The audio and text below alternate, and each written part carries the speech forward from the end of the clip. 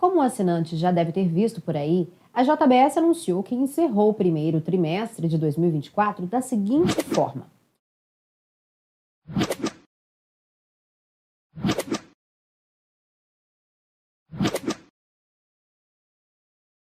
com lucro líquido de 1,6 bilhão de reais, revertendo o prejuízo de 1,4 bilhão registrado em igual período de 2023.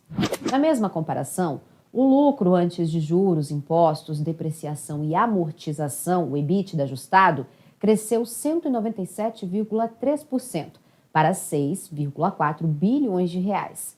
E a receita líquida consolidada aumentou 2,8% para 89,1 bilhões de reais. A alavancagem, relação entre dívida líquida e EBITDA da companhia em reais, subiu de 3,13 vezes para 3,7 vezes. A grande maioria das reportagens repete o que a agência de notícias Reuters diz. Mas agora vamos a alguns detalhes importantes não citados e que você que opera direta ou indiretamente neste mercado precisa observar para não ser pego de surpresa nos próximos anos.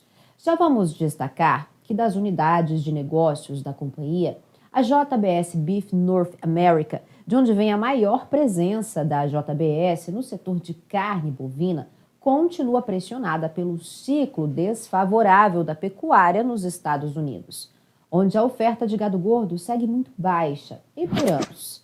A JBS ressalva no balanço financeiro que o primeiro trimestre do ano passado foi particularmente difícil em razão do desequilíbrio entre oferta e demanda, inflação alta em diversos países e custos de insumos elevados.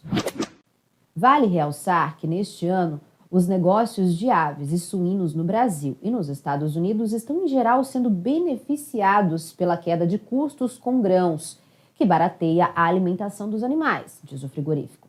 Mas você sabe, esse mercado dos grãos já está mostrando, para quem olha de fato os fundamentos longe dos interesses comerciais de grandes compradores, que o cenário de preços baixos para o milho pode acabar, e rápido. Observe que a JBS e todos os frigoríficos que operam na pecuária de corte dos Estados Unidos enfrentam um mercado com a oferta apertada de gado por lá. Com a JBS Beef North America líder na receita líquida da companhia, com 27,6 bilhões de reais, mesmo patamar do primeiro trimestre do ano passado. Em seguida, aparecem a controlada americana Pilgrim's Pride, cujo foco está em aves e processados, com 21 bilhões e meio de reais, valor estável. A JBS Brasil, com 4,2 bilhões de reais, mais 16,7%. A Seara, com 10,3 bilhões, valor estável. A JBS USA Pork, com 9,4 bilhões, valor estável. E a JBS Austrália, com 7,1 bilhões de reais, menos 1,1%. O melhor EBITDA, que você sabe, é o lucro antes dos juros, impostos, depreciação e amortização, ajustado entre janeiro e março, foi o da Pilgrim's Pride, que atingiu 2,4 bilhões de reais, com alta de 77,7% em relação ao ano antes. Na sequência, vieram a JBS USA Pork, com 1 bilhão e meio de reais, mais 569,8%. A Seara, com 1,1 bilhão de reais, mais 711,1%. A JBS Brasil, com 643,3 milhões, mais 116,9%.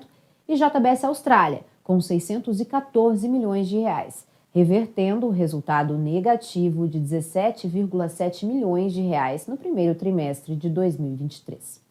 Já o EBITDA ajustado na JBS Beef North America foi negativo em 48,6 milhões de reais. A JBS assume que em carne bovina permaneceu o contraste entre a fase favorável no Brasil e na Austrália e o momento ainda difícil no ciclo pecuário nos Estados Unidos. Com a menor oferta de animais em território americano, os custos de compra de gado aumentam, impactando os preços da carne e também o consumo. O CEO global da JBS, Gilberto Tomazoni, disse o seguinte: gostaria de reforçar a nossa fortaleza, Mesmo com o negócio dos Estados Unidos, olhando pelo IFRS, que é a norma internacional de padronização contábil com EBITDA ajustado negativo neste trimestre, estamos entregando uma margem EBITDA geral de 7,2%. E o negócio lá nos Estados Unidos é o maior negócio nosso. Isso nos dá a segurança de que a empresa continua crescendo. O boi está ruim nos Estados Unidos, mas está bom no Brasil, está bom na Austrália. Está ruim o boi nos Estados Unidos? Mas está bom o frango, está bom o suíno. Essa diversidade nos permite entregar resultados e poucas empresas têm isso, disse Tomazoni. E é neste ponto que pedimos ao assinante que opera no mercado do gado gordo e da proteína animal para se atentar a um importante detalhe. Nossa equipe de pecuária de corte acredita que já em 2025 a JBS vai ter que enfrentar dois mercados importantes para ela com problemas de oferta de gado: os Estados Unidos e o Brasil. Como pode ver neste gráfico preparado com exclusividade pela nossa equipe, se esse cenário de estoques baixos de gado gordo acontecer como estamos prevendo a partir de 2025 e 2026, as margens de lucro da JBS vão ser afetadas. Com o objetivo de sempre ressaltar apenas os bons cenários na entrevista à Reuters, Tomazoni comentou ainda que todas as fábricas da empresa no Rio Grande do Sul estão operando, com exceção de uma em Roca Sales, que deve voltar na próxima semana. É uma fábrica pequena de alimentos processados, que deve começar a funcionar na segunda-feira e está em processo de limpeza. Disse ele, acrescentando que algumas unidades ficaram mais de um dia paralisadas, sem dar detalhes, deixando o clima que os problemas por lá podem ser maiores. O executivo disse que a companhia ainda não focou no levantamento de eventuais perdas materiais, porque a prioridade está em ajudar as comunidades que estão passando por um momento muito difícil. A empresa tomou ações como a antecipação do 13º salário para ajudar os funcionários afetados, além da doação de alimentos, água, produtos de higiene e limpeza, colchões e cobertores. Tem que apurar o que esse desbalanceamento do processo produtivo pode causar, mas não espero que seja alguma coisa que dentro do trimestre a gente não consiga trabalhar, pelo menos para mitigar, se não tudo ou uma grande parte.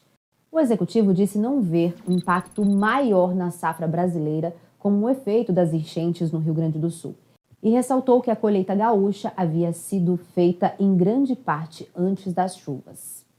Mas não é bem assim. Ainda sobre o cenário de preços de grãos, importante matéria-prima da ração para os confinamentos de gado da JBS, das aves e suínos, o CEO da companhia avalia que devem se manter dentro de uma certa estabilidade, com possibilidade de queda, à medida que estoques de soja e milho estão crescendo nos Estados Unidos. Vejo o mercado de grãos bastante estável, até com tendência de poder cair, disse. Bom, vamos agora a outros detalhes que a JBS talvez já saiba, mas por motivos óbvios não pode revelar. A equipe de grãos da Rural Business, na última sexta-feira, dia 10 de maio, alertou que o Departamento de Agricultura dos Estados Unidos não só confirmou tudo o que estávamos te revelando faz tempo, como deixou o cenário ainda mais, digamos, empolgante, ao dar 3 recados ao mercado. 2 deles, velhos conhecidos dos nossos assinantes, que têm acesso também às informações para o mercado do milho. O primeiro, o Brasil viverá a maior crise de abastecimento de milho da sua história este ano, e nada vai mudar em 2025. Segundo, a Argentina está com a corda no pescoço. Também deve enfrentar a mais grave crise de abastecimento de milho em 34 anos. Lembram que te falavam que era este o país que teria milho de sobra e barato para abastecer o Brasil? Pois então. O terceiro recado, que chacoalhou o mercado lá na Bolsa de Chicago, foi: o mundo viverá a mais grave crise de abastecimento de trigo, sim, de trigo, em 11 anos. Olá, desculpe atrapalhar seu vídeo, mas se o que está assistindo agora está te ajudando de alguma forma, passe a ter acesso diário às nossas famosas análises de mercado exclusivas para assinantes. Se você opera com gado gordo e proteína animal, eu garanto que seu nível de observação do mercado vai melhorar. Você vai aumentar e muito a capacidade de prever os movimentos do mercado em que atua. E isso, é claro, vai te levar a faturar mais. Afinal, você sabe que a informação profissional aqui da Rural Business é poder. E este poder gera lucro aí no seu bolso. Melhore suas vendas agora. Assim que acabar de assistir este vídeo, faça uma assinatura da Rural Business e passe, você também, a ver o amanhã do agronegócio global hoje. Talvez não saiba, mas milho e trigo andam de mãos dadas. Para muitos países, a falta de um é demanda garantida para o outro. E quando milho e trigo se juntam na maior crise conjunta de abastecimento em mais de uma década, a certeza que o mundo tem é uma só. É preciso subir preço para conter consumo, pois qualquer problema na produção pode gerar caos ao abastecimento. Como o assinante da Rural Business já sabe, essa é a diferença e a importância de ter diariamente os nossos alertas exclusivos para olhar de forma profissional para o amanhã e não ficar acreditando em conversa fiada e sem provas. E vamos agora entender por que a Rural Business vinha há tempos te alertando que este mercado do milho podia virar do avesso, algo totalmente contrário do que se via sendo espalhado por aí na mídia gratuita. O USDA continua sonhando que o Brasil vai colher 122 milhões de toneladas de milho este ano. A Conab já anunciou um mês atrás que a safra não deve passar de 111 milhões de toneladas. Passe os olhos para a direita e veja que para a Argentina as contas também não fecham. O USDA diz que a colheita pode chegar a 53 milhões de toneladas. Já a Bolsa de Cereais de Buenos Aires diz que será de apenas 46 milhões e meio de toneladas. E aí a Rural Business pergunta, se a crise no abastecimento já é enorme, como ficará com 11 milhões de toneladas de milho a menos no Brasil? E 6 milhões e meio a menos na Argentina? 17 milhões e meio de toneladas a menos de milho no mercado.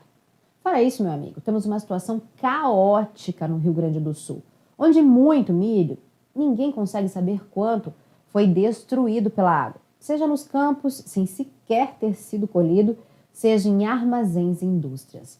E uma produção inteira de safrinha sofrendo com o calor intenso e a baixa umidade.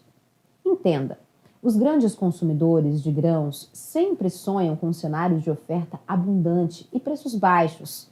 Mas para a equipe de grãos aqui da Rural Business, só conseguirão fazer isso se a referência internacional cair muito ou o dólar não ajudar. Do contrário, a tendência é preocupante para quem é dependente do grão e consome muito milho de terceiros. Já que, como observou, o cenário real é de alta forte para os preços do milho em nosso mercado interno. E claro, a cúpula da JBS não pode propagar isso. Prepare o ouvido. Uma chuva de notícias de importação de milho vai inundar a mídia comercial brasileira. E nós vamos mostrar aqui, no momento certo, o que é fato e o que é fake. Avante Pecuária de Corte do Brasil, só com informação profissional e investigativa de mercado é que vamos lucrar e sobreviver.